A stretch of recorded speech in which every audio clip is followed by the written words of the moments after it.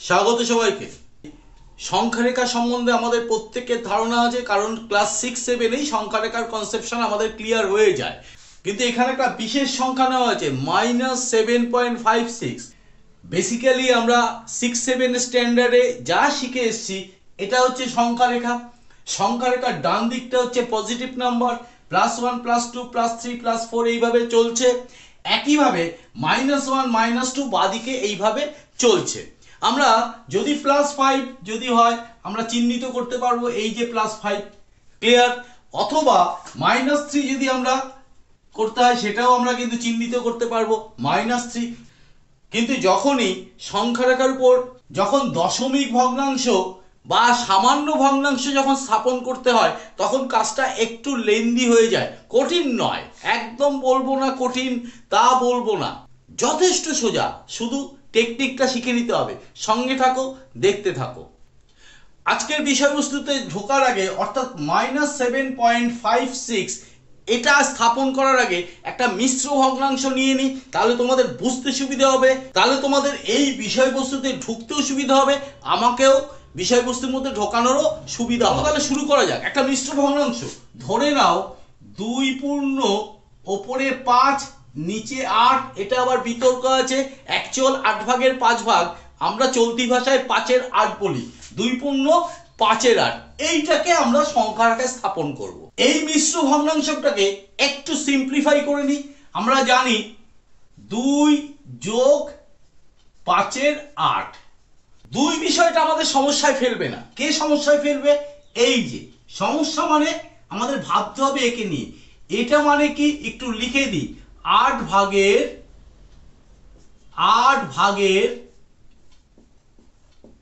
5 ভাগ, তাই তো?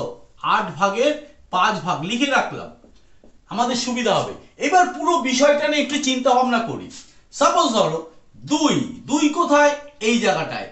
এই জায়গাটাকে একটা পয়েন্ট করে দিলাম এ। তারপরে সংখ্যা কত? 3, এটাকে আমি বি করে দিলাম। তার মানে 2 যোগ 5-এর 8 বা 8 ভাগের 5 ভাগ যাই বলো না কেন, আমরা দিব্যি বুঝতে পারছি এই 2 আর এই 3-এর মাঝখানে কোনো একটা জায়গায় আছে। কিন্তু সেটা কি করে বের করব? ধরে নাও এই 2 আর 3-এর মাঝখানটাকে আমরা একটা ম্যাগনিফাইং গ্লাস অর্থাৎ আকস কাঁচ দিয়ে দেখার চেষ্টা করছি। বড় হয়ে যাবে। যদি বড় হয়ে যায় তাহলে চেহারাটা দাঁড়াবে এইরকম। খেয়াল করে দেখো, 2 আর 3-এর উপর আমি ম্যাগনিফাইং গ্লাসটা ধরেছি, তার মানে 2 আর 3-এর গ্যাপটা বেড়ে গেল। তাহলে 2 অবধি আমরা এখানে এসছি, এই জায়গাটায় চলে এসছি। 8 ভাগের 5 ভাগ ভালো করে বুঝে নাও, আমি লিখে দিয়েছি 8 ভাগের 5 ভাগ। তাহলে এই 2 আর 3-এর মাঝখানে যে গ্যাপটা আছে সেই গ্যাপটাকে আগে আমি 8 ভাগ করে নিই। সাপোজ ধরো 2 3, তাহলে 1 2 3 4টে ঘর হলো। ঠিক একইভাবে 1 2 3, দেখো 1টা 2টো 3টে 4টে 5টা 6টা 7টা 8টা, তাহলে 8টা ঘর হয়ে গেল 2 আর 3-এর মাঝখানে। এইবার কি 8 ভাগের 5 ভাগ, তাহলে 1টা ভাগ 2টো ভাগ 3টে ভাগ 4টে ভাগ 5টা ভাগ। পয়েন্টটা কোথায় হয়ে গেল? এই জায়গাটায়। তার মানে 2 পার হলো। পার হওয়ার পরে কত অবধি আমরা গেলাম? যোগ 8 ভাগের 5 ভাগ। এই পয়েন্টটার পজিশন দাঁড়িয়ে গেল 2 পূর্ণ 5-এর 8 হয়ে গেল। এই কনসেপশনটা আমরা এবার -7.56 এই কনসেপশনটা আমরা এখানে কাজে লাগাবো। চলো সঙ্গে থাকো, দেখতে থাকো। প্রথমে -7.56 এই জায়গাটার উপরে একটু লিখে নিই, কারণ আছে। 0.56 আমরা প্রত্যেকেই ছোটবেলায় শিখেছি, দশমিকের পরের ঘরটা হচ্ছে দশাংশ, তার পরের ঘরটা হচ্ছে শতাংশ। অর্থাৎ দশাংশ মানে হচ্ছে বাইটের। দশাংশের পরিপ্রেক্ষিতে যদি আবার করি তাহলে অ্যাকচুয়াল শতাংশ পাবো, মানে আবার বাই 10। ঠিক আছে, 1/10, ক্লিয়ার? তার মানে দশাংশকে 10 দিয়ে ভাগ। এই কনসেপশনটা আমাদের এখানে কাজে লাগবে। প্রথমে একটু -7টা দেখে নিই। এই হচ্ছে -7, তার সাথে আরো কি জুড়ে আছে? 0.56, অর্থাৎ আরো এদিকে এগোচ্ছে, ক্লিয়ার? এগিয়ে 8 কি ক্রস করে যাচ্ছে? যাচ্ছে না। তার মানে আমরা এটা বুঝতে পারছি এই -7.56 এই সংখ্যাটা 8 আর 7-এর মাঝখানে আছে। এই জায়গাটায় আমি আতশ কাচ ধরি, ম্যাগনিফাইং গ্লাস ধরে নাও, আতশ কাচ ধরলাম, এই আতশ কাচ ধরে নিয়েছি একটা। ক্লিয়ার? বোঝা গেল? তাহলে তাহলে আমি এই জায়গাটা করলাম -8 করলাম, আর একটু গ্যাপ বাড়িয়ে নিয়ে এখানে করলাম -7, যাতে বুঝতে সুবিধা হয়। এইবার দেখো 0.5 মানে কি? দশাংশ। তাহলে 10 ভাগের কয় ভাগ? 5 ভাগ। তাহলে 10 ভাগ আন্দাজে করে নিই।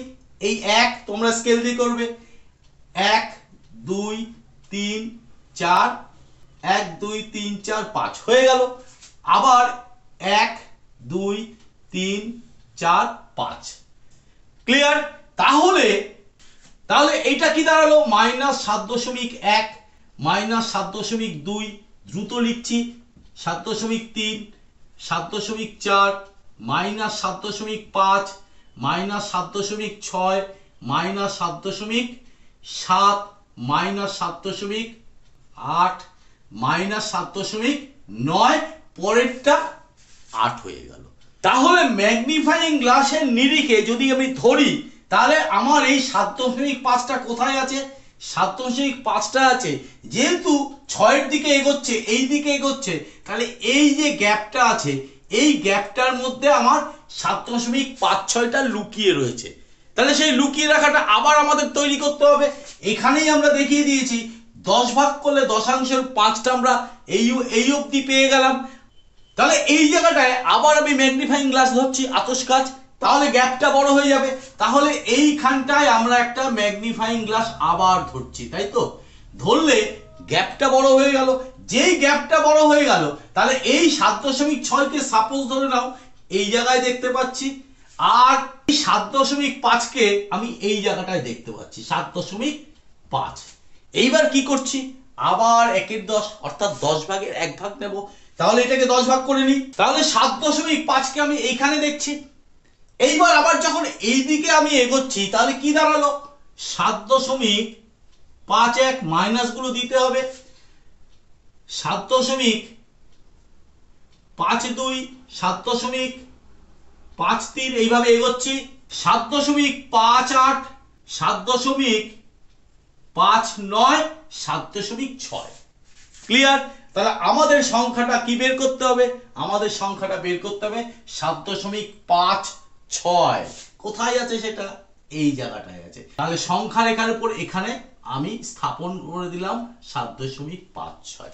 বোঝা গেল? এইভাবে 3টে ধাপে স্থাপন করা যায়।